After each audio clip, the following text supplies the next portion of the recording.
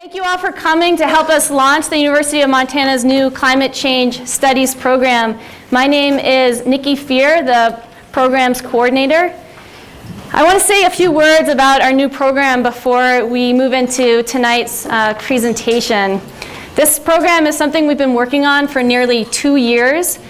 And while 2 years may not seem like a lot of time, what I hear is that it's actually fairly quick in terms of the time it takes to create a new academic program on campus.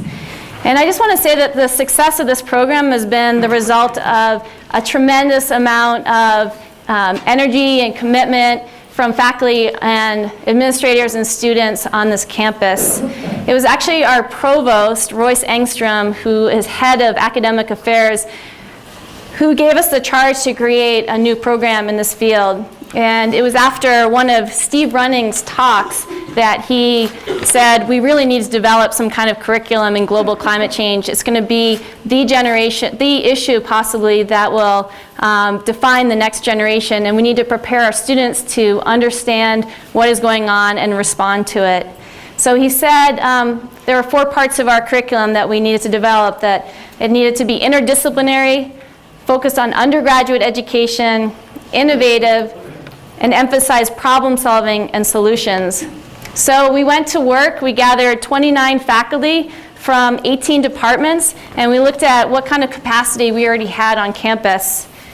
And we found a lot. We found faculty in geosciences teaching about Earth's global climate system, faculty in philosophy teaching about the ethical dimensions of climate change, faculty in environmental studies teaching about global and local climate policy, faculty in economics teaching about carbon, cap and trade and different tax incentives, faculty in business teaching about sustainable business practices, faculty in our new energy technology program teaching about renewable energy, faculty in our law school teaching about the law of climate change. So we developed a curricular proposal that included much of this. We developed a minor that would be available to students across campus regardless of their major, and one where they would take coursework not just in science, but also ethics and policy, and become involved in addressing solutions. Our proposal went to the Faculty Senate last fall and was approved by the Board of Regents last spring. So we're officially starting this fall, although we've had coursework available for students for over a year. The first students to get this minor are actually going to graduate with it in the spring, and in a moment we have one of those students to say a few words.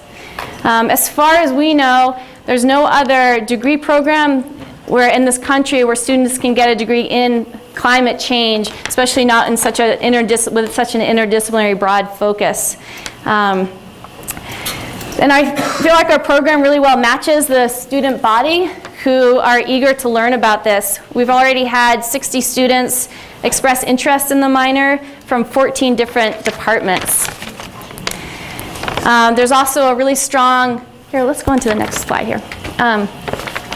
Just some details about the minor there. There's also a really strong student group on campus called Climate Action Now. And they're getting smart about what they do, in part from their education, but they're just fantastic students on campus. And they passed an initiative recently, a resolution called the Revolving Energy Loan Fund, or RELF, where students can voluntarily pay a small fee, $4 a semester, into a fund that is used to pay for energy efficiency projects and renewable energy generation on campus. It's expected to raise about $80,000 this year, and that was based on a student initiative. As well, the CAN students and the ASUM Sustainability Office are hosting a Climate Action Week next week. Let's go to the next slide. No, back. Sorry. Oops. Oh, sorry. Oh, there it is. I'm sorry about that. you can see one of the first events is a panel on Monday night featuring many of the faculty that teach classes in this program. So if you want to come and learn more specifically what the students are learning, if your students want to learn about the degree, you can come to that. There's going to be a whole week of events next week ending in a rally from 10 to 2 on the Oval. As well as the program offering a minor, we're also trying to bundle lectures and present those to you all in the community who might want to learn further about these topics. So we have a brochure in the back if you want to come get an idea of what else you can come listen to later this semester. Because we've designed the program to serve students, before we move on with our speakers tonight, I want for you to hear just a few words from one of these students. Yecha Bookhout will be one of the first to graduate with a climate change studies degree next spring, and she's been a model student, so I would love for you to hear from her directly. You can just hold those. Okay. Sounds good. Oh wow, there's that. Okay. Hi, my name is Yecha, and I am enrolled in the Climate Change Studies minor, and I encourage anybody that's sort of partially interested in it to talk to Nikki. I have had an amazing experience in this minor. It's allowed me to get a very wide base of knowledge about climate change, everything from the science to like impacts on society and the solutions.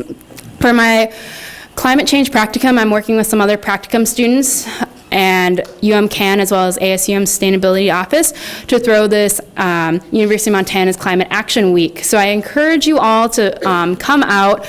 It's a very community-oriented as well as university-oriented.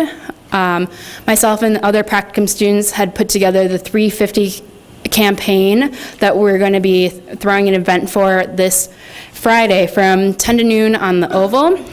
From noon to 1 during that day, we're going to have a rally with some speakers, both from Missoula and on campus. So I encourage everybody to come out for that, as well as information tables about climate change, different Missoula organizations tabling about actions that they're taking for climate change, as well as student groups.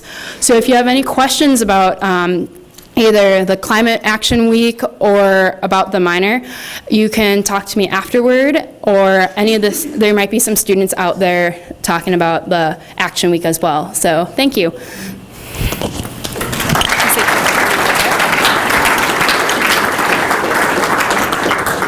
And Yecha is being funded by the Environmental Studies Department to go to Copenhagen in December because she's been taking such a lead trying to understand policy and is going to be basically a delegate for the University of Montana to represent us.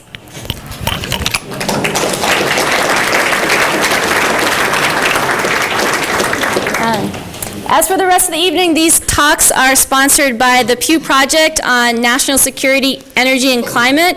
And that's an initiative to highlight the critical links between national security, energy independence, the economy, and climate change. And I need to say thank you to Elizabeth Andrews and C.B. Pearson, who really made a lot of this happen.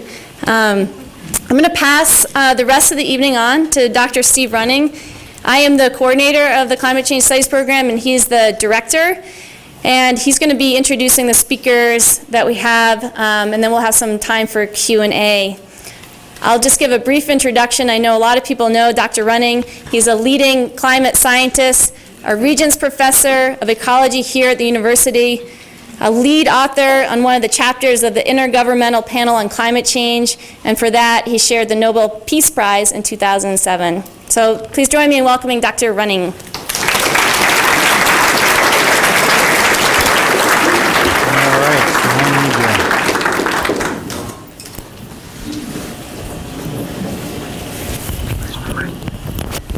Two, huh? Yep. You have to hold this. Jeez. That's right.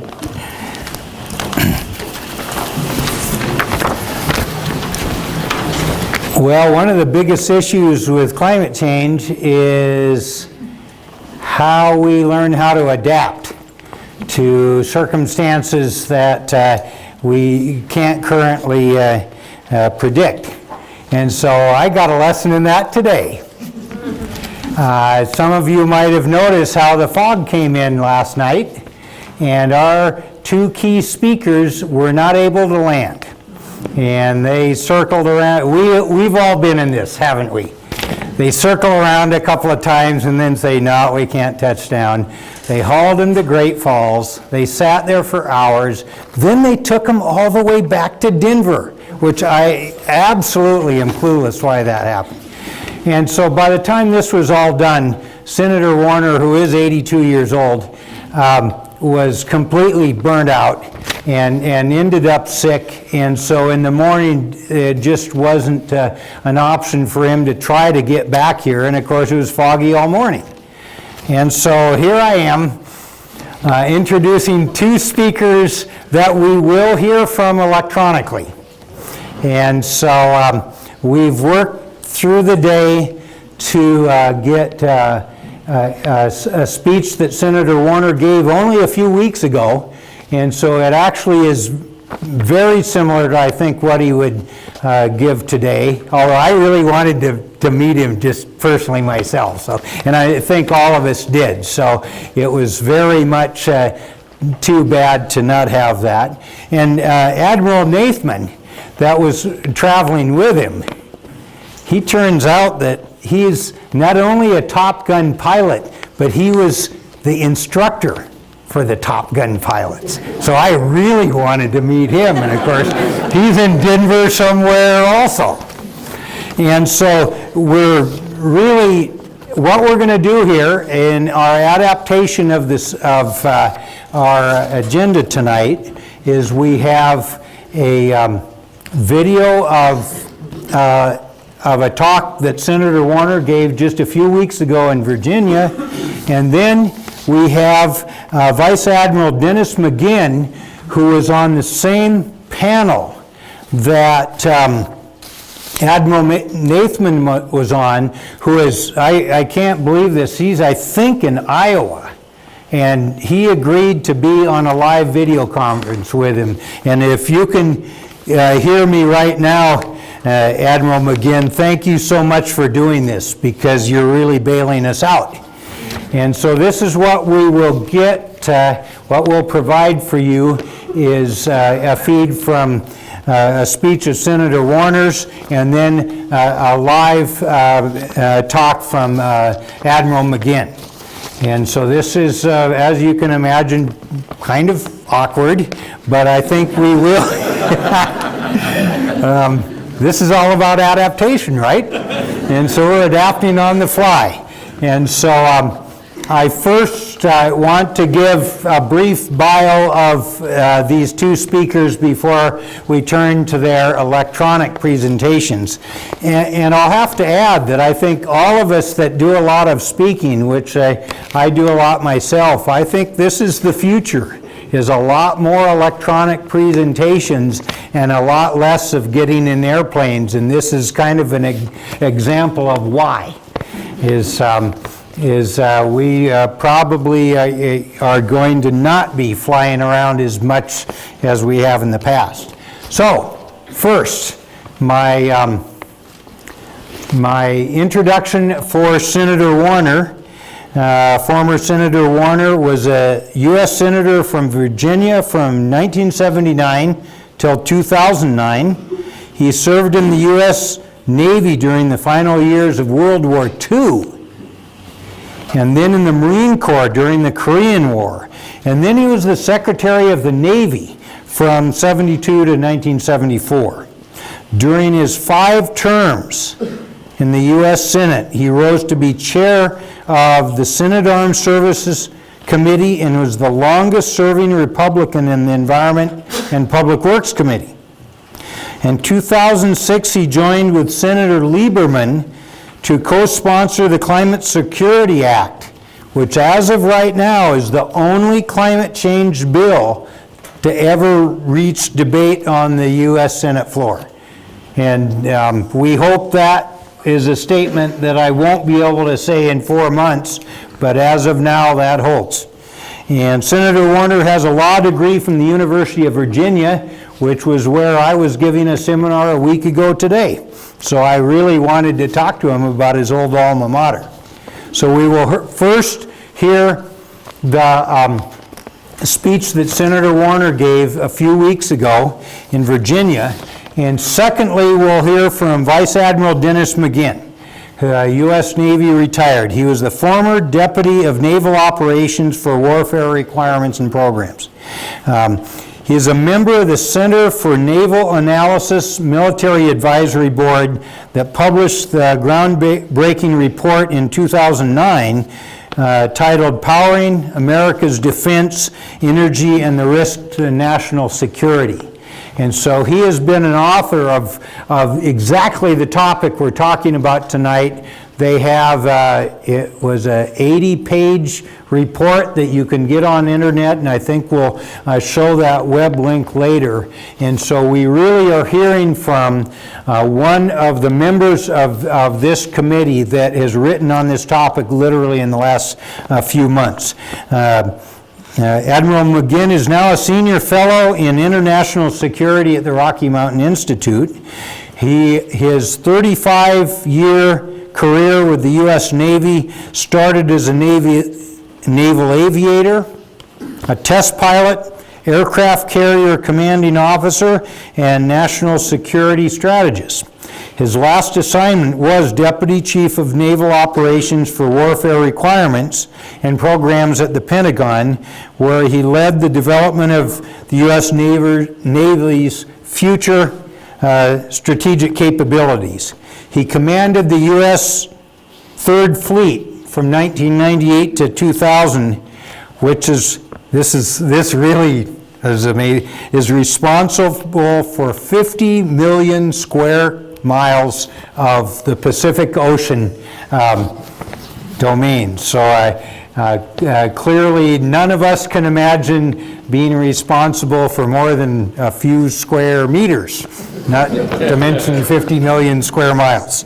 He received a BS degree in naval engineering from the U.S. Naval Academy, attended the National Security Program at the Kennedy School of Government at Harvard, and was a Chief Naval Operations Strategic Studies Fellow at the U.S. Navy War College. And so again, he was an author on this report on national security and climate change that just came out in May, and we will hear live from him second after we see the 10-minute clip of the presentation of Senator Warner. And with that, we will hope that all the electronics work.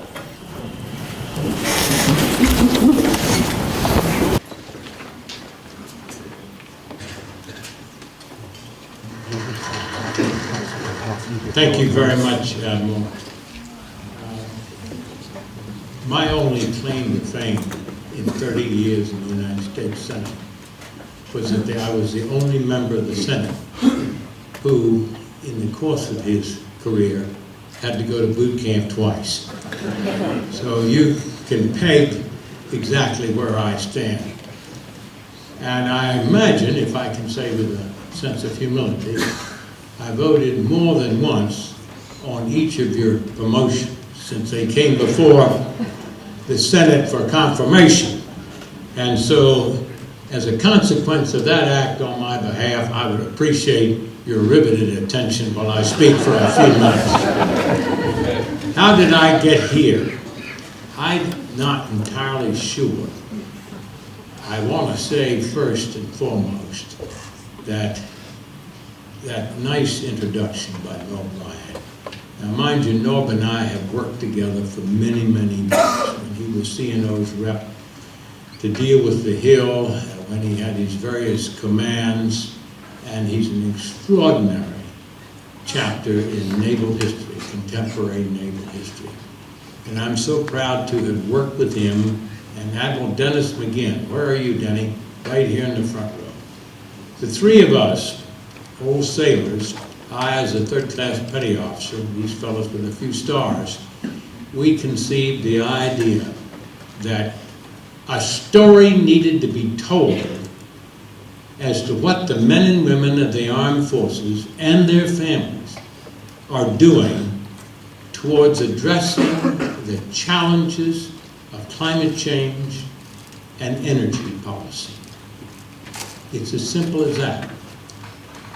Now, I started out on the Senate Armed Services Committee, and during the course of the last 8 or 10 years on that committee, retired officers would come to me.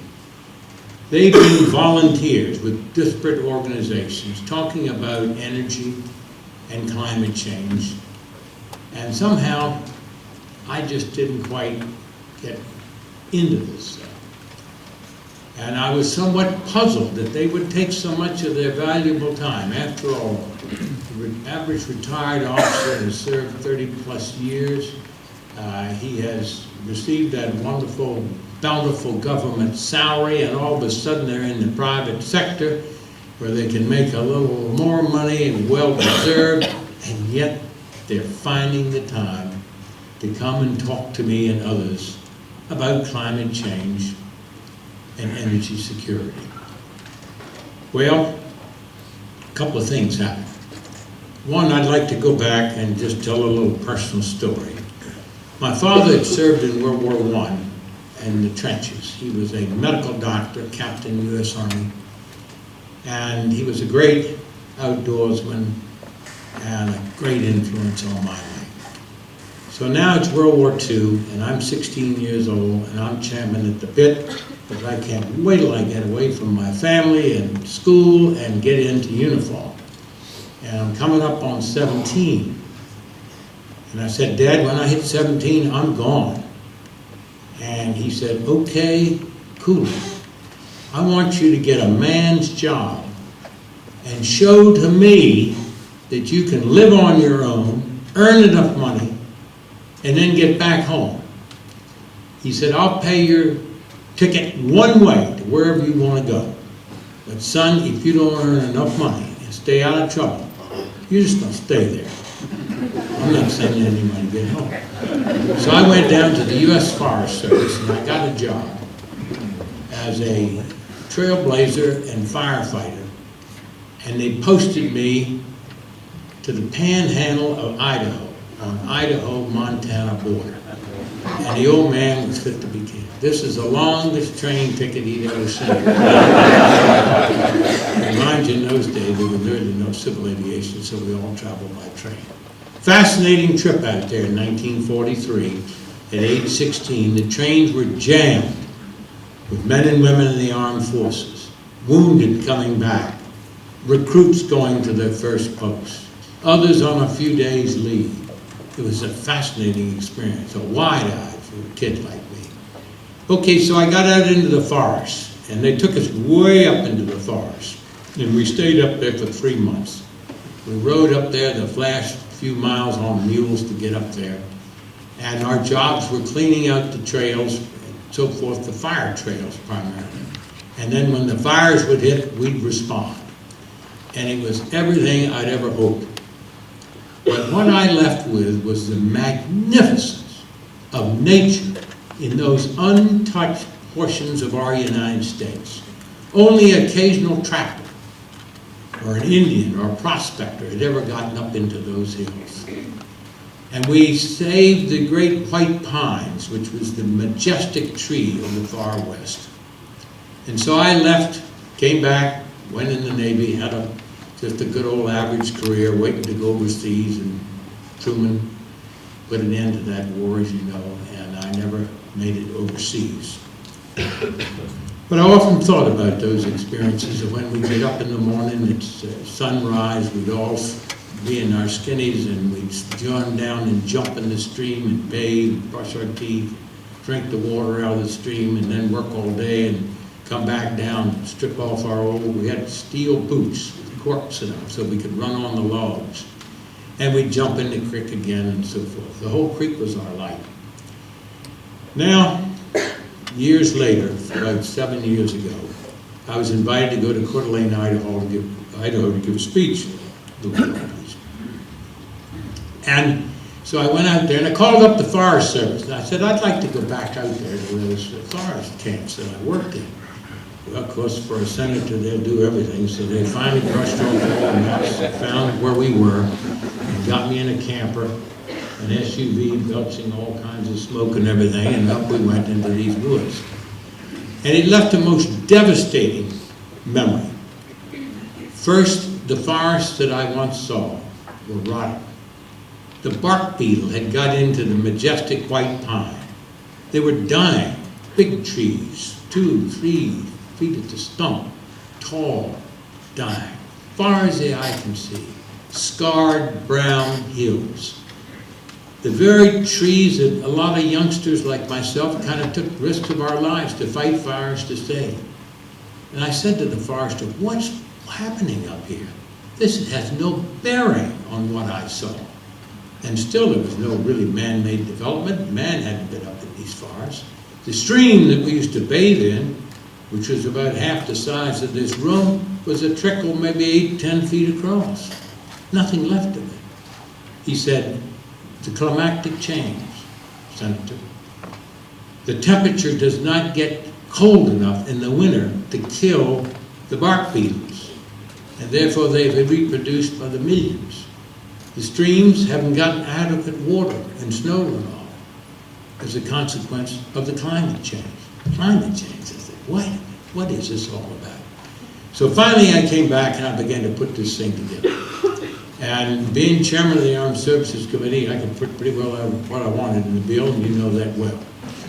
So I teamed up with a very fine senator, and we put in a provision that directed the Department of Defense to begin the long-range planning on this project, to determine what it was that the role of the armed services would be as it related to climate change and the looming problem with our energy. And that other senator that teamed up with me was none other than Senator Hillary Clinton. She was then a member of our committee. So we named it the Clinton-Warner Amendment, put it in, and got it into law. And as a consequence of that law, today you will hear from members of the Department of Defense who will come over and talk about how they're carrying out that mission. The next thing I did, I was on the Environment and Public Works Committee, is I teamed up with Senator Joe Lieberman, who was also on the Armed Services Committee. I said, Joe, this has a subject that related to the Armed Services Committee. So we put in the famous Lieberman-Warner Climate Security Act. And it was a battle. We got it out of the committee, the only bill on climate change that ever got out of a Senate committee, got out of that committee, it got to the floor. And I'm not here to cast aspersions, but the Bush administration, it was in the waning months of their watch, and they decided they just did not want to tackle this piece of legislation. So it stayed on the floor, it was debated 4 or 5 days, and then it was struck down. So that laid a foundation. I said often, it's like the old Marine to me, I said, we got a beachhead. And a beachhead we did there. And as a consequence today, the Congress is at full bore. President Obama has decided this is one of his priorities. And we'll hear from Carol Brown, his special assistant, later on today at lunch. But folks, today is just to get the message out about the point of the spear. And each of you know what that means. Because when the Commander-in-Chief decides there's a problem in the world, and he's going to send forward the uniformed personnel, they're the first to go. Whether it's a catastrophe like the tsunami, where you need human relief, food, water, medicine, and things like that, study what we did to bring in an aircraft carrier, supplied basically the water that was needed to rescue the tsunami. I'll bet you right now in the Department of Defense they're grinding on orders to go out and deal with the tsunami which hit the Samoa atolls here in the last 48 hours. These men and women are on the point of the spear.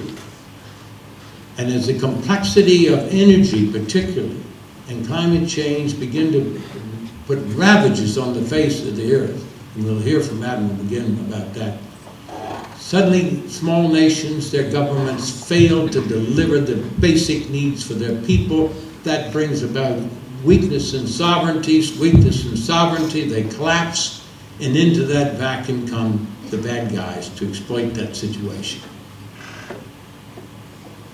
I remember Carl Levin and I were sent by Sam Nunn, your boss, and John Stennis to go out and study what happened in Somalia. How did that happen? How did Black Hawk go down? What were the causes? And I remember we wrote the report for the Senate Armed Services Committee on that subject.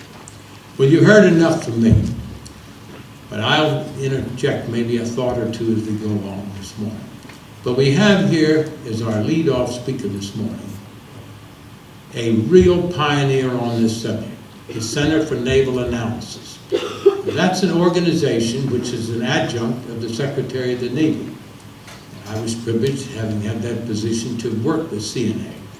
But here's one of the top people. I'm just going to tell you a few things about her.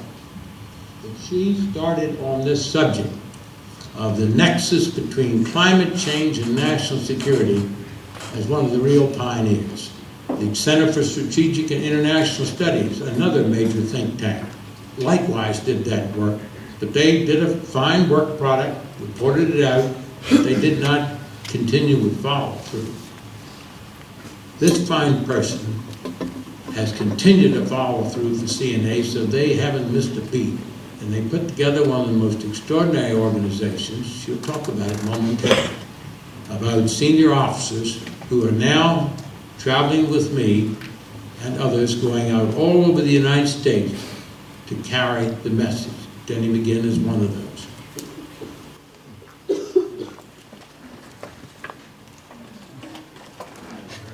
Boy, don't you wish he was here to talk to us?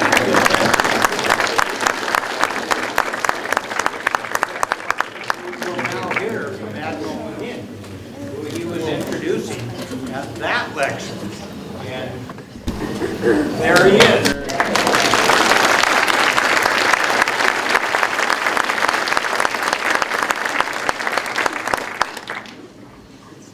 Hello, Missoula. Can you hear me okay? Yes! Go Montana! Well, listen, I want to tell you, first of all, how disappointed Senator Warner is not to be with you tonight. He and I have traveled around the country to many, many states and many, many venues like this. And what you heard was recorded on the 30th of September back in Washington. We were talking primarily to a national security organization, about 150 people. And it was just a great opportunity to tell some real important decision makers this story about climate change, national security, and energy security. So what I want to do briefly is tell you a little bit about this CNA Military Advisory Board, which I represent.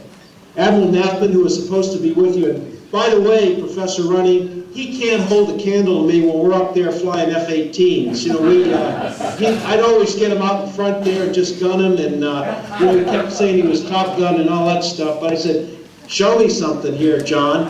But anyways, that was then and this is now. So we are part of a military advisory board, as Senator Warner said in the video, consists of retired 3- and 4-star admirals and generals from all of the military services, Army, Navy, Air Force, Marines. And we came together as a group in 2006. I was not part of that group. I came on board in 2008, early in the year. And the Military Advisory Board put out 2 reports. One was in April of 2007, directly related to the subject that you find students are going to be plunging into with your major in climate change studies. And that had the title of, as Professor Running mentioned before, Climate Change and the Threat to National Security. A second report came out in May of 2009, this year, and we looked at the energy aspects of climate change and national security, and that was called Powering America's Defense, Climate Change, or Energy and the Risks to National Security. So let me go back to that 2007 report for a minute. First of all, we, unlike Professor Running, were not climate scientists. A bunch of military guys, literally decades of experience in war and peace, lots of different backgrounds. Everybody came to the Military Advisory Board with lots of different opinions and backgrounds about climate science. So we talked to some of the very, very smartest people from around the world and in our nation. And some were economists, some were climate scientists, some were security experts. And the consensus of the group was that climate change was going to act as a threat multiplier for instability in critical regions of the world. And what this really means in civilian speak, if you will, not a military term like threat multiplier, was that if you look around the world today, you're going to find fault lines and tension lines along ethnic, economic, religious, and political lines. They exist. They've existed for as long as man started to become civilized. And climate change affects, whether it's too much water in the form of hurricanes or typhoons, or rising sea level, torrential rains in certain areas, or not enough water in terms of prolonged droughts in key areas, key regions of the world, or whether it's the effects of disease caused by changing climate, loss of shelter, and loss of food production because of either too much water or not enough water over time. But these effects of climate change were going to act like a big magnifying glass on all of those fault lines around the world. They would threaten, if you will, the social structures and the fragile governments in critical areas of the world that already have problems and a whole host of challenges facing them. This would just add to the burden. And in many cases, could cause fragile governments to become failed governments. Into that vacuum of power would rush guys with and perhaps women with extreme ideas about what the answer was and create, if you will, a hotbed for the creation of terrorist actions and in regional war in some cases. At the minimum, it would create tremendous humanitarian suffering, which would require the United States as a world leader and our allies to go in to those areas where there were a humanitarian crisis and provide aid. At the high end, it could actually be a requirement to go in and fight as part of a regional force to stop a regional war. I'll give you a couple of examples of that in just a minute. The other conclusion, in addition to the fact that climate change was going to act as a threat multiplier around critical regions of the world, was that energy, climate change, and security are all inextricably linked. And that if we're going to develop as a nation and as a globe solutions to one, we need to carefully consider the effects on the other. There are some solutions to perhaps energy security that would sound great if you were just concerned about energy security and perhaps national security, but would be terrible because of the production of greenhouse gases that would ensue from trying to achieve energy security in the wrong ways. So let's talk about a couple of scenarios. One, if you take a look at the Middle East, millennia of conflict over religious, economic, and political lines continues to this day in the Arab-Israeli worlds. 6% of the world's population lives in that area, generally referred to as the Middle East. Only 2% of the world's fresh water is in that area. There are in place some very good protocols and agreements between nations in that area because they need to get along for this. But if you introduce a factor of climate change and prolonged drought, that will create yet another tension and perhaps a denial of the essentials of everything that water does for us, whether it's bathing or drinking or, most importantly, food production. Another area, and Montana is, in a sense, ground zero for glacial retreat. I don't know what the new name, if we don't stop climate change effects, is going to be for Glacier National Park, but we're going to have to name it something. The U.S. Geological Survey put out a report in the past couple of months that took a 50-year look at the glaciers in North America and to include Alaska, and saw a tremendous shrinkage of those glaciers due to warming temperature trends. The same is true in the Alps in Europe, in the Andes in South America, and especially critical is in the Himalayas, up in the area called the Hindu Kush. It is basically the world's tallest water tower that is bordered by China, Pakistan, and India. 3 nations, all nuclear armed, all with a long history of tensions among them. As the glaciers retreat due to climate change and global warming in the Himalayas, it will cause rivers that are relatively reliable sources of water for farming and all basic human needs in China, in the Yangtze and Yellow rivers, in India and Pakistan, in the Indus River, and in the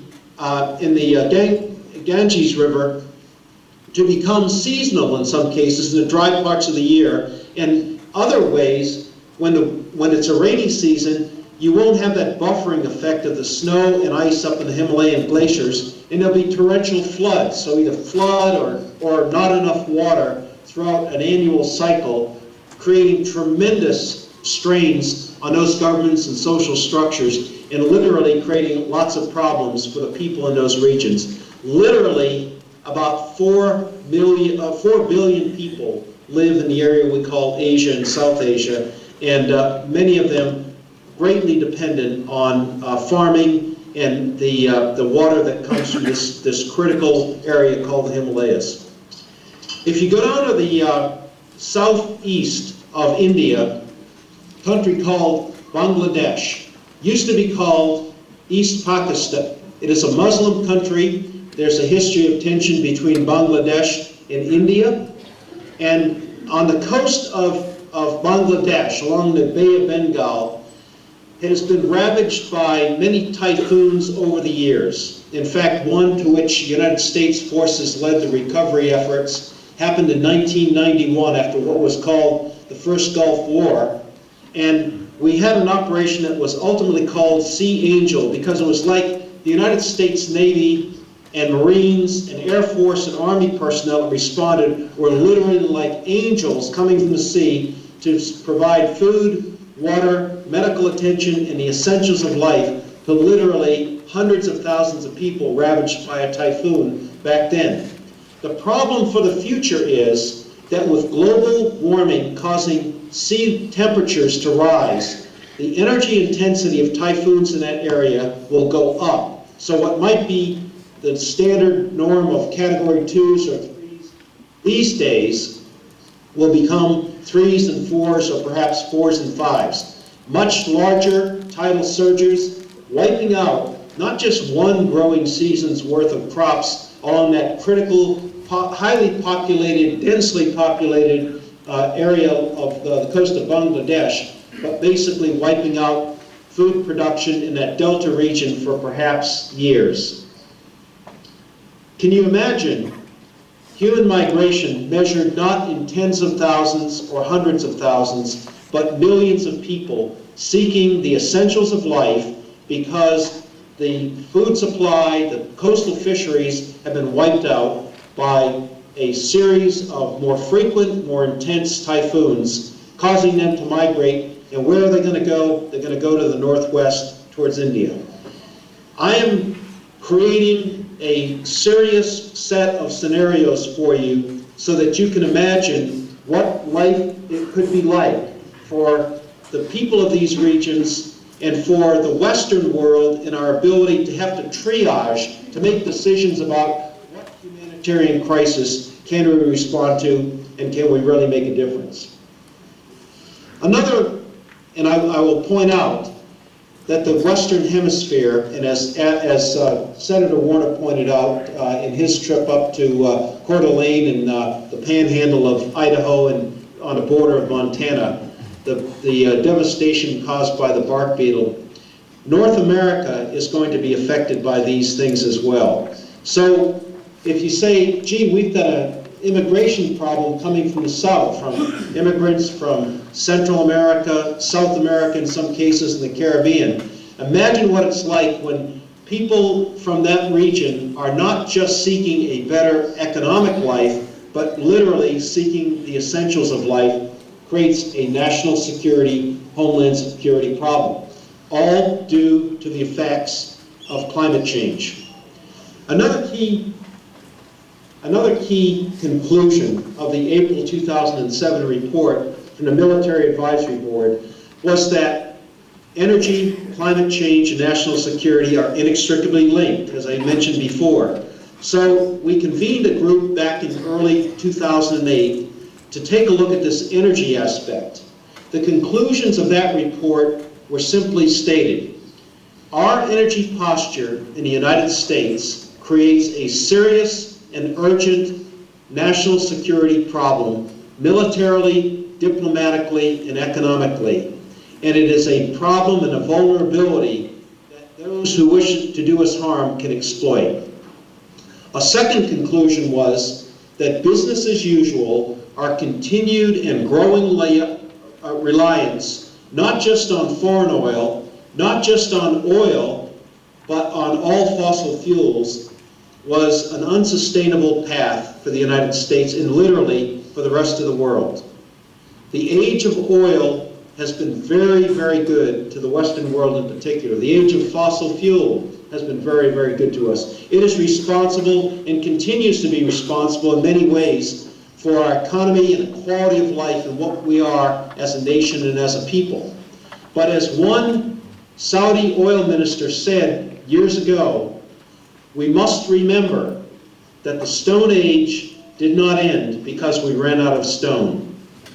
And we must understand that the age of fossil fuel should not end because we run out of fossil fuel. We have an opportunity here. I've created a scenario, if you will, of many, many daunting challenges caused by dependence on fossil fuel energy and the effects of climate change. But in this wrapping of daunting challenges, we have tremendous opportunity to do the right things as a nation, as a leader of the world, working in partnership with other key nations of the world to create a new, sustainable energy economy. One that is truly sustainable, one that relies on much greater levels of energy efficiency, one that creates an industry centered around clean technology for energy efficiency and the development of sources of energy, both electrical and liquid energy, that are sustainable and will create whole new industries. We're starting to see it in small places, particularly in Montana, which is blessed with many, many natural blessings of energy, sun, wind, hydro, and oh, by the way, continued fossil fuel assets that we're going to continue to use for as long as it makes sense to use them. So what we need to do as a nation, and it starts with all of us as citizens, this isn't a problem that's going to be solved exclusively in Washington. It's not going to be solved exclusively by Wall Street or by Detroit or even in Copenhagen.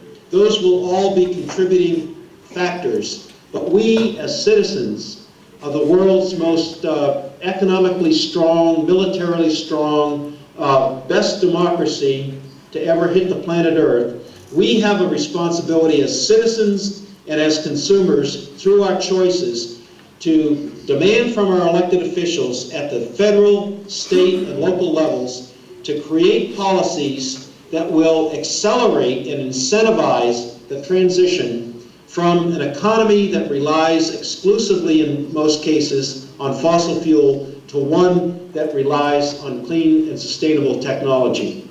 We also have a responsibility as consumers in our choices about how we can make changes, not to diminish our economy or diminish our quality of life, but rather to enhance it by making wiser choices, to be able to squeeze much more value out of every kilowatt hour of electricity or every gallon of liquid fuel. So that's basically a recap of what we have been saying from a military advisory board perspective about these challenges of national security, energy, and climate change, and I look forward to your questions and comments. Back to you, Professor Running.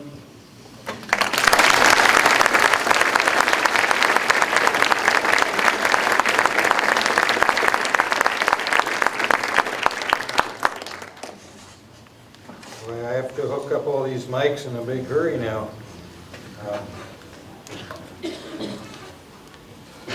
That was tremendous. And do we understand that you're at the University of Idaho tonight, or Iowa tonight? No, actually, I am literally at Fleming's Steakhouse in West Des Moines, Iowa, that happened to have a video conferencing capability, and I came here from downtown Des Moines. I've been here since yesterday, participating in the World Food Prize dialogue, the Borlaug Dialogue, named after Dr. Borlaug, who literally revolutionized the agricultural industry, not just in the United States, but you and he have something in common. You are both Nobel laureates. Thank you. Yes, and he just died a month or two ago. So he's, yeah, he was the father of the Green Revolution, and did an awful lot to feed, increase the capacity of the entire planet to support the population that we now have. So, well, thank you so much for, on short notice, finding a way that you could broadcast to us here, because certainly the perspective you bring to this from your military background is so different from the background that I bring as a climate scientist. So we will see if we can effectively do questions both to you and to me, depending on the topic. I'll cover the climate science and you cover the national security, and we'll see how bad they beat us up. All right, great. I look forward to it. All right. So, Pull over here, because there's the video. oh, okay. Am I standing in front of the camera? Okay. So, questions primarily for Admiral McGinn. Yeah, go ahead. And try to make a clear, simple question. And I don't know, Admiral, if you can hear the question directly. I may have to repeat it for you. The mic's right here, so you can repeat it. Okay, great. Okay. Okay, go. Yeah, my question? Yep. Okay. I was wondering in relation to the Himalayas, if they're, as far as climate change and water, and the issues that you talked about that might be coming up, is there any kind of policies in place to be proactive to any kind of issues that we would be having, like say conflict over water in those areas when the water starts getting a little more scarce? I think that's the challenge, that there are already regions, Pakistan especially, Afghanistan, where we have literally tens of thousands of United States troops. The problem is we've got basically three choices, if you will, and they're not exclusive. We can, to the extent we are able at this point, to help prevent climate change, or at least the worst effects.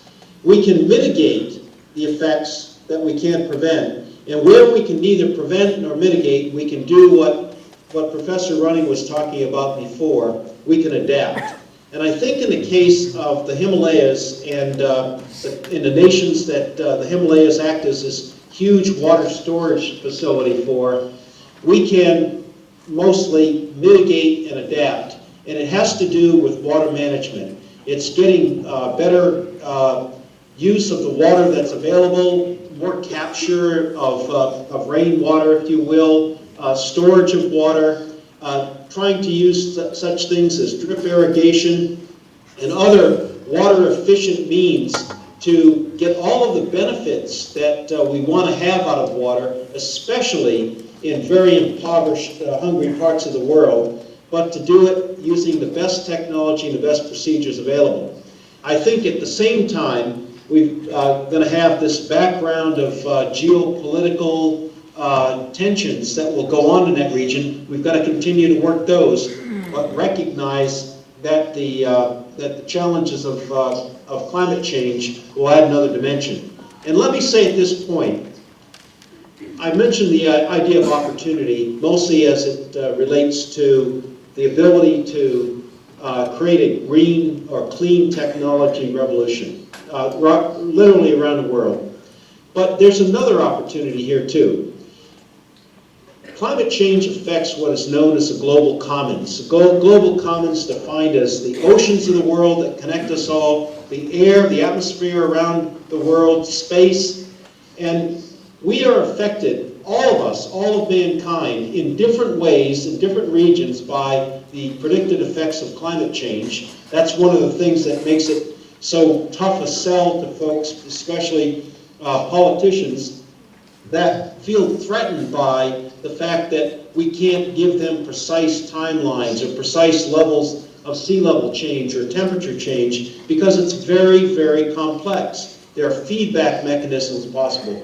But nevertheless, the trends, indicators, and warnings about climate change are very, very clear. And as military guys, you cannot wait for 100% certainty. If you wait for 100% certainty on the battlefield, something bad is going to happen. And in the case of climate change, these are very, very consequential effects that we need to take prudent actions. We don't need to completely throw away our economy or even ding it badly. We need to shift our economy in the United States and in the world and make better choices. So here's the opportunity related to international security. Because we all, as residents of this planet, are going to be affected in some way by the effects of climate change, we have an opportunity to come together to help prevent, to mitigate, to adapt to climate change. And that has the ability to create relationships and processes that can be used by nations to address other problems, some of the traditional political, military, economic tensions that I mentioned earlier. So I think that if we recognize that this affects us all as a mankind, we can in fact work together not just on the effects of climate change, but the problems and the issues that have been long-standing. All right, I would certainly echo what the Admiral says, that we as climate scientists see the most immediate vulnerability worldwide will be in freshwater supplies in arid climates. And it turns out that Montana is one of those arid climates, and we live on our winter snowpack. So it's not that big of a shift from what these populations in the Himalayas are looking towards to exactly what Montana can look forward to in the coming decades. Next question. Yep. I'm very glad to hear that someone in your position in the U.S. military is so aware and concerned about the effects of climate change. I wonder what specific steps the U.S. military is taking or is planning to take, and also how other militaries around the world are looking at this threat, and what kind of level of international cooperation you're finding with other countries in a military sense. It's a great question. And as Senator Warner mentioned in his video clip, he and Senator Clinton at the time got together and put in a provision in the 2008 Defense Authorization Bill that directed the Department of Defense and the services to come up with mechanisms, planning strategies that would redefine the roles, missions, and the effects on installations of climate change and energy insecurity. That is ongoing. In fact, yesterday I was in Washington participating in an event that was called the Department of the Navy Energy Forum, populated by both the Navy and the Marine Corps. The Secretary of the Navy gave a great speech. It's available. You can probably look it up as Naval Energy Forum online and download Secretary of the Navy Mavis's speech, and he laid out an overview that was great, but more importantly, some specific steps that the Department of the Navy was going to take, both in the Navy service and the Marine Corps, to deal with this. It's already underway. The Commandant of the Marine Corps, General Jim Conway, who I spoke with yesterday, had sent in about a month ago an energy audit team into the battle zone, into the combat zone of Afghanistan, to figure out ways that the Marines can use much more renewable energy efficiency devices, both efficiency achieved by technology as well as by changes in practices, so that we can lighten the load on bringing in more oil, bringing in more water, and that is ongoing. Those are just two examples of what's happening. Another one that was really exciting, on Tuesday of this week, at the Naval Air Test Center in Patuxent River, Maryland, the Navy ran an F404 engine, which is the engine that powers the F-18 Super Hornet, in full afterburner on bio-based fuel. It was a fuel that was derived from rapeseed, and they are going to be continuing that test as well as using algal-based oil, and they are going to fly the Super Hornet in April of next year entirely on bio-based jet fuel. And I think appropriately they're calling it the Green Hornet. All right, that's excellent. Next question. Now, as far as, Yeah, go I was ahead. going to just briefly say, the interaction with other militaries has started. It starts, of course, with our closest allies, Canadians and British and the NATO organizations. They have started, but we have great opportunities to work with militaries that we don't normally work with, like China, India, and other nations, because once again, this isn't a political issue, this isn't an economic issue for the militaries to be worried about conflict over. It's one that we can work to help mitigate and adapt through the organizational capabilities and the logistics capabilities of our militaries. What I'm wondering about is, based on your experience with the senators, what type of support is there for policies towards giving incentives to our businesses is to hand out technologies and information to these third world countries so that they can better cope with the changes and help mitigate pollution problems in those levels where we have the technologies but they can't afford to buy them. I think that that will happen. It's not happening at any great rate now because, you know, if you look at it, who are the biggest emitters of greenhouse gases right now? United States, China, and India. We need to really not just develop, but deploy and scale up the clean technologies that will do that. And at the same time, as these technologies are matured and we understand the benefits that they have, to do just as you say, to get them to developing nations. A lot of folks, erroneously said, well, why should we do something as the United States if China's not doing anything, or India, or what have you? They're emitting a lot too. What I would say is that China and India are really starting to understand that they are threatened as much or probably even more, for the reasons I mentioned in some of those scenarios before, by the effects of climate change, and we all need to do something. So they have a right, if you will, a reasonable expectation to increase their quality of life and their economies. They don't need to do it the same way that we did in the Western world, using primarily fossil fuel. And I'm talking over decades here, through mid-century to end-of-century time frame. A good example, when the Cold War ended in the late 80s, early 90s, Eastern Europe, what had been known as the Warsaw Pact nations, wanted to get a nice, world-class telecommunications infrastructure.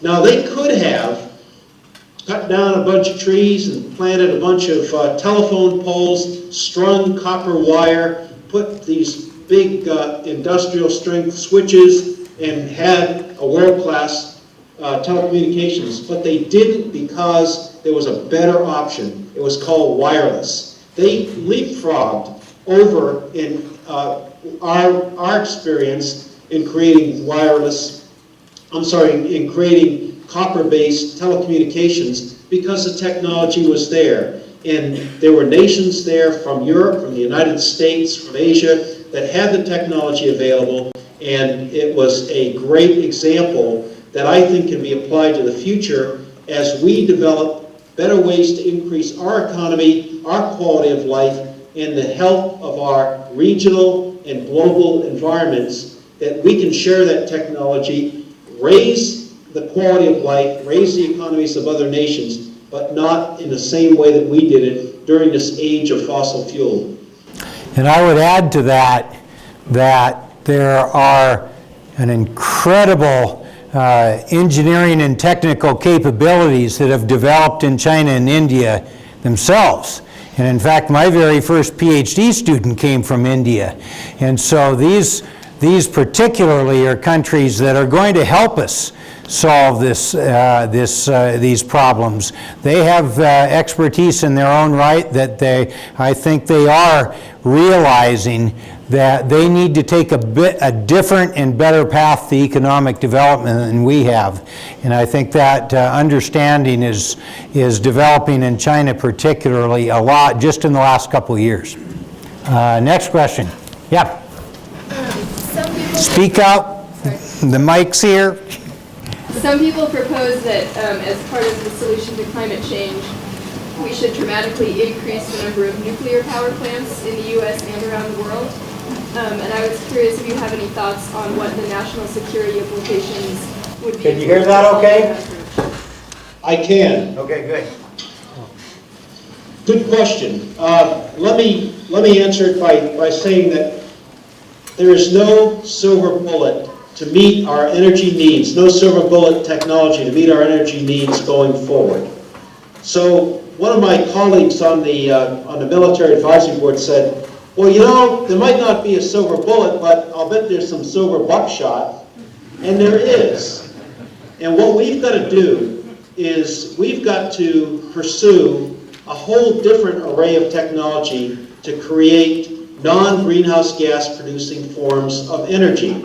Nuclear is one that we should pursue, but we need to do it just as we need to pursue every other form of potential non-greenhouse gas producing energy sources. We need to do it fully recognizing what the costs are, what the startup costs, if you will, or the operating costs, what the benefits are, and in other words, what do you get out of it in terms of energy, and what the risks are. And in the case of nuclear energy, the risks are, in my view, minimal when it comes to applying newer forms of nuclear engineering to produce electricity with much, much smaller footprint of nuclear waste, much, much less vulnerability to having loose radioactive material around.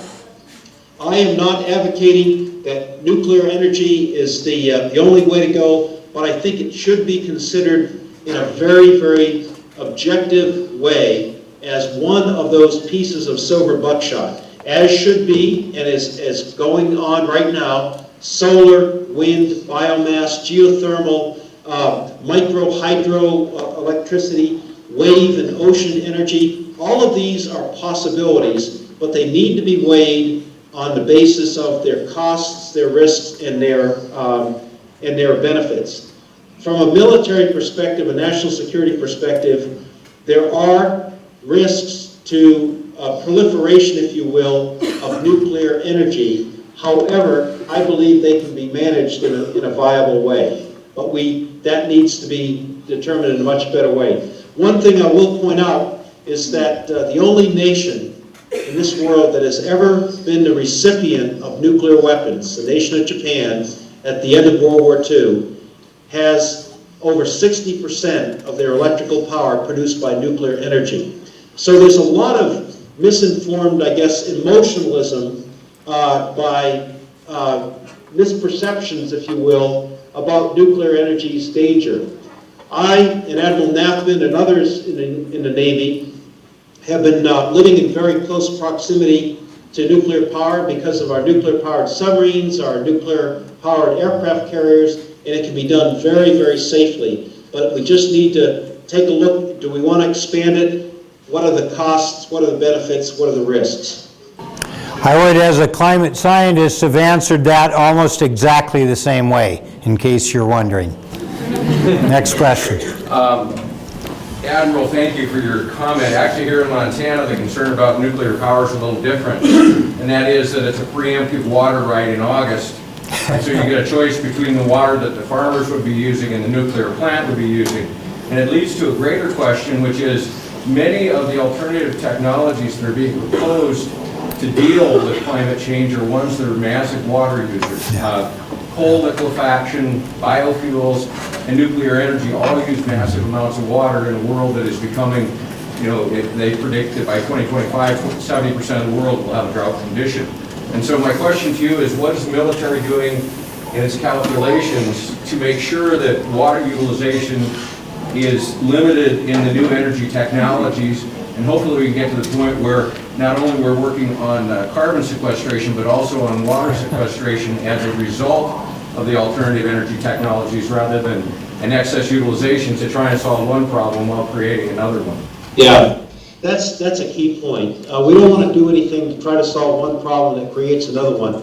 And water-intensive energy production is really, really key. So when I talk about evaluating the costs, benefits, and risks, those costs just aren't in dollars. Those costs are in cost to water, cost to localized and regional environments, and we need to be very, very mindful of those costs, hidden costs, if you will, when we make our investments in future energy.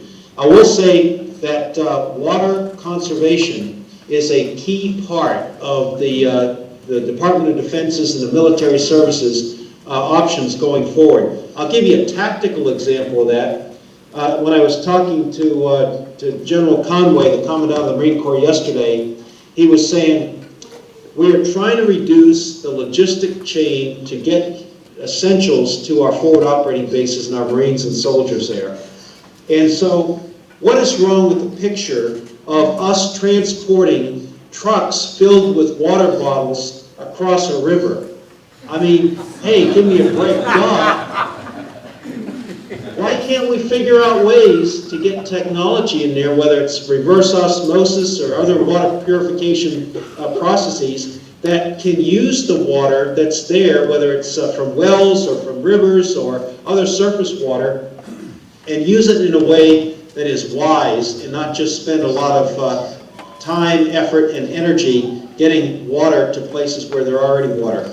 Where there's a paucity of water, like in the American Mountain West, in Montana, we need to be careful about not succumbing to the one-size-fits-all for producing clean energy, non-greenhouse gas producing energy.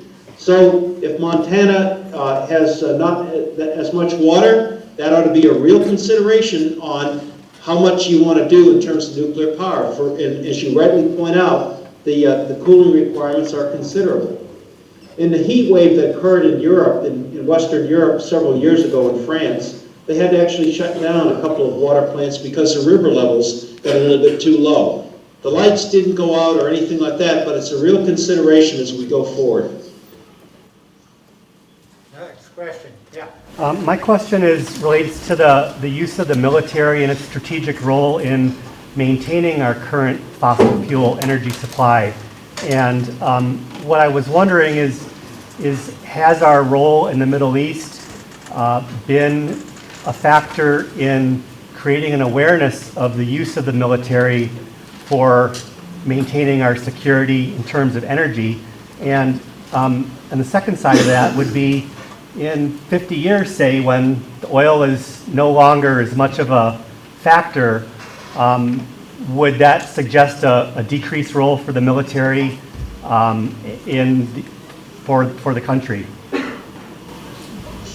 Yeah, if you listen to an economist talk about direct costs and what they call as external costs or externalities, there's been some good work that's been done about what the price of a gallon of gasoline at the pump would be in the United States if we factored in all of the externalities. And a big externality or external cost is the cost to maintain a global presence of United States military in areas that protect the choke points, if you will, the seaborne and land means of communication for oil that keep the global economy going. Tremendous cost, a cost in real dollars, a cost in lives. So yes, I mean, if we get to the point, as we should, mid-century or perhaps a little bit beyond, that we are not reliant on oil in the same way that we are today or have been in the past, there should be a benefit to that. There may be other problems that require military presence, but not, in my view, to the extent that we have it today. So I think that we can look at the reasons we are in parts of the world today and ask ourselves, would we be there if we were not as dependent on oil? And my answer would be, we would not be there in the numbers that we are today, but we would probably be there for other national security or international security reasons. I appreciate your passion in this regard. Speak up too, the mic's way over here. Edmund, I appreciate your passion in this regard, but 3 years ago in Bozeman, Montana, our governor had an energy forum. And one of the keynote speakers at that energy forum was a Department of Defense gentleman who talked about using Montana's vast reserves of coal, hundreds of millions of tons of coal, to convert into 14 different fuels for the Department of Defense's use. This would be coal to liquids. So while you're talking about trying to help reduce our reliance on global oil, Montanans see themselves as the next victims for the other hydrocarbon, the solid one, for using coal. So we're getting mixed signals here. We know that the Department of Defense is the largest consumer in the public sector of energy of all types. So while I applaud your efforts to try to make this change, what opinions do you have about trying to help keep coal in Montana in the ground to reduce global warming? Okay, this is great. I get to use the phrase, that was then and this is now. Because since that DOD official came to Montana 3 years ago and started talking about the potential for creating national security, energy security by converting coal to liquid. The Saudi Arabia of coal, if you will, was a phrase that was very operative, shall we say, back then. The Air Force, the United States Air Force was asking exactly the right question. That is, how can we assure our role in protecting the nation as the United States Air Force with a supply of jet fuel and all of the fuel for ground vehicles, for the Army and ships in the Navy, and what are the options available? They were saying, you know, this supply of petroleum as we know it is going to run out. It's going to get more expensive. Competition could turn to conflict as supply and demand diverge. They were asking the right questions. The answer, called coal to liquid, was the wrong answer.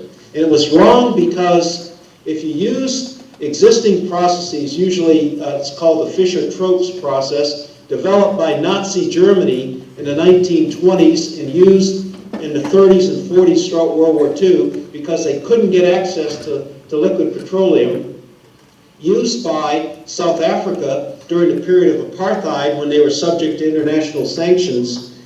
Well, do we really want to use Fischer-Tropsch that will absolutely double from mine to fuel tank the carbon footprint of a gallon of liquid fuel? Answer, no. Bad for greenhouse gases. This was recognized by the United States Congress, and they passed a law 2 years ago that had a section called 526. I'm not sure exactly what the bill was, but it basically said, hey, the federal government can't spend money on developing energy sources that create a greenhouse gas footprint larger than what we already have with existing petroleum resources. Good move. Importantly, there was a proposal, and it was in the early stages, and it was probably talked about by this DOD official, to create a industrial scale jet fuel production coal-to-liquid plant in Montana near one of the United States Air Force bases that was going to cost between $4 and $6 billion.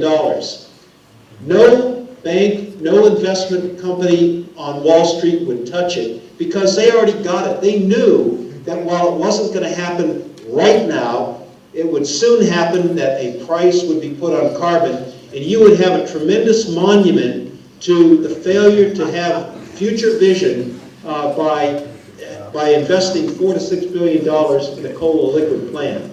The other aspect of this was you have to ask yourself, what would the opportunity cost of that $4 to $6 billion be if it were spent on renewable energy, clean energy, if it were used for bio-based jet fuel? And the Air Force has shifted completely in that direction. They are flying test airplanes out at Edwards Air Force Base in California, test engines at Wright-Patterson Air Force Base in Ohio that are actually using mixes for the time being of petroleum and bio-based fuels. And this, our understanding of them, our scaling up of them is going to increase over the years. So I don't think that buried carbon in the coal fields of Montana for conversion to liquid is going to be going anywhere soon. What may happen, however, is if there are some viable, economically affordable ways of using that coal resource, that carbon resource, in a carbon capture sequestration method that is affordable, that is viable, that may be a way to produce electricity. But the jury is still out on carbon capture and sequestration in terms of its cost and its viability. Right here. Yeah. I don't intend to put you on the spot, but as I make dozens of decisions daily to decrease my own carbon footprint, I'm always curious what our leaders like you and others are doing to make conscious consumer choices to reduce their own. Well, one thing I didn't do is I didn't fly to Missoula. Along the lines that Professor Running mentioned. But I have an order in for a Gen 3 Prius. I'm presently driving a 1999 Volvo S70 that gets about 30 miles a gallon. I was very active in trying to pass new CAFE legislation, which was passed, in fact, in 2007. And President Obama, in a Rose Garden in May of this year, not only embraced the idea of 35 miles per gallon by 2020, he said, hey, look, we've been working with industry, let's do it in 2016. Of course, as the effective CEO of General Motors, he can do stuff like that. That's right. He owns the place. One last question, I think we'll be done. In a concerted effort to adequately address climate change internationally, do you envision a paradigm shift in U.S. policy away from unilateralism and nationalism towards a stronger, more increased and powerful UN role? Yeah, I think that's already happening. I think it's a good thing. We need to make no mistake. We need to continue our role as a leader, but a leader not in a directing way, but in a leader in a partnership way. I think that that was one of the key signals, if you will, that was sent by the Nobel Peace Prize awarding committee when they awarded our president just for changing the conversation, for changing the tone of how we deal as a leader of the world, but in a much more partnering way. So I think that this sets a better tone, it sets a better way as we move ahead to Copenhagen. We're not going to solve all of these problems and create exactly the right kind of package coming out of Copenhagen, but I think what we can do is make major progress in setting the framework for follow-on international agreements. I think that we're going to give a good run this fall and perhaps early in the winter next year in 2010 at getting the kind of legislative package that Senator Warner was talking about earlier in his video clip. And I think this will happen, but it's going to be not as quick as any of us would like. It will be through the democratic process of compromise, but I see some good things happening. I'm an optimist in this regard, and I think that it's because of the work of folks like Professor Running and his colleagues, and the work that is being done by you students who have enrolled in this very, very important and relevant course of study, that we're really going to raise the level of knowledge. There's a lot of BS out there. Let me say, heifer dust is out there about climate change, and there's a lot of political rhetoric that just is misinformed and misguided. And I think we need to have conversations like this that increase everybody's level of knowledge, because the American people have a wonderful record of when they know that there's a problem that needs to be fixed, we get on with it. This is America. We know how to get stuff done, and we will get this one done as well. Thank you so much. You've been terrific.